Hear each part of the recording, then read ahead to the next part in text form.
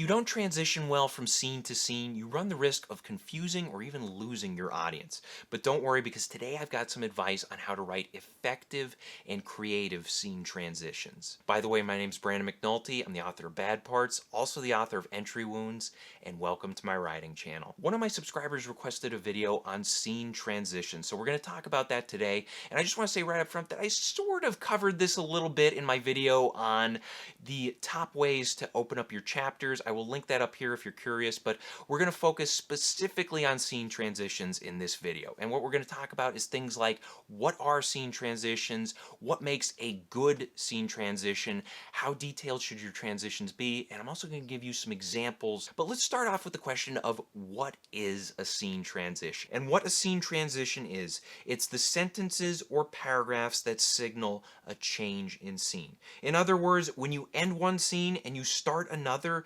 how you start that new scene, that is your scene transition. Now, one thing I want to throw out there, one thing that is very important, is that whenever you end a scene, you should be putting a question in the reader's head. And usually what that question is going to be is very simply, it's going to be, what will happen next? If you get your reader wondering what will happen next, you will keep them engaged in your story. It's simple curiosity. It's what drives us humans.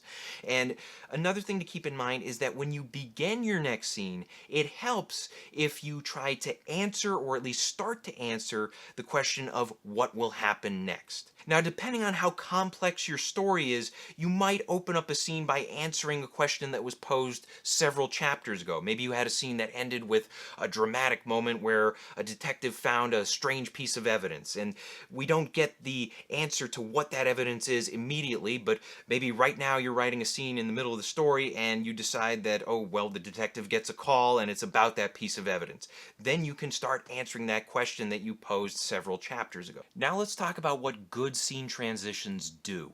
And they do several different things. I'm going to list out 5 specific ones right here.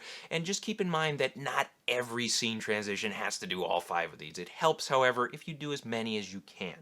Now, the first thing a good scene transition does, it clearly establishes the time, place, and point of view. This is very important. This is the absolute most important thing you must do because clarity is critical to your stories. Second thing a good scene transition does, it refreshes the tone, mood, and or pacing. So if you have several scenes in a row that are all fast-paced, it might be time to have a slower paced scene. And the best way to open the scene is by signaling right up front that things are going to slow down a little bit. You might want to include some longer sentences, some more laid-back words, or maybe even a more laid-back style, whatever it is. Third thing a good transition does, it hints at upcoming conflict. If you can establish early on in a scene that there's a potential for conflict or potential for things going very wrong in this scene, you will keep your readers invested. And one of the best ways to do this, one of the best ways to hint at that conflict, is by getting inside your point of view character's head. So the last couple things that a good transition does, it conveys what the main character wants or what the point of view character wants,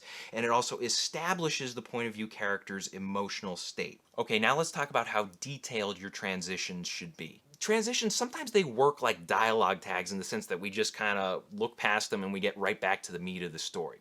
Other times transitions do need to be more detailed, and I think whenever there's a greater distance between the ending of one scene and the beginning of another, that's when you need to focus on putting a little more detail into your transitions. So for instance, if scene 2 immediately follows scene 1 and it happens at the same location, you can just continue the story without having to reorient the reader. You don't have to say what time it is or anything like that. As long as we're aware that it's just taking place in the very next moment, that can work. And this is something you might see in fast-paced action sequences, especially toward the end of a story. Maybe you have a final confrontation between the hero and the villain.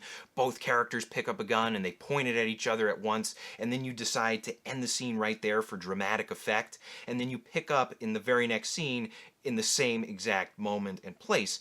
And if you're doing that, you don't need to reestablish, where we're at or what we're doing or what's been going on, because we know, okay, it's just we're picking up right there and we're going to see the conclusion of this action scene. Now, on the other hand, if scene 2 takes place at a different time or place from scene 1, you have to indicate those time and location changes. And I'll give you a quick bare bones example.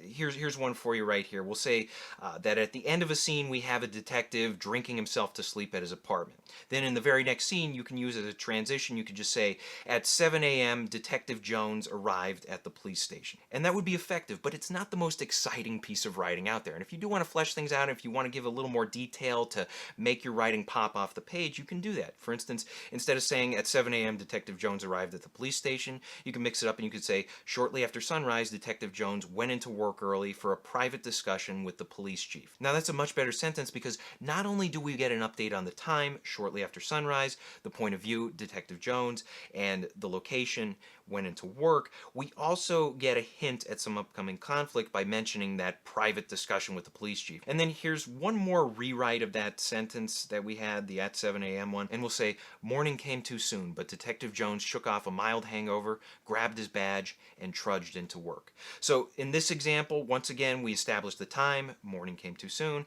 the point of view, Detective Jones, and then later on we mentioned the place, into work, but we also get to see a little bit into his emotional state. We see that he's suffering from a mild hangover and he's trudging into work. So these are some things to think about. Again, I mentioned what good transitions do, and if you can, try to hint at the upcoming conflict, try to establish what the characters want and what their emotional states are. One other thing I want to talk about is linear and non-linear stories. Now, when we talk about linear stories, we're talking about stories that don't jump around in terms of time.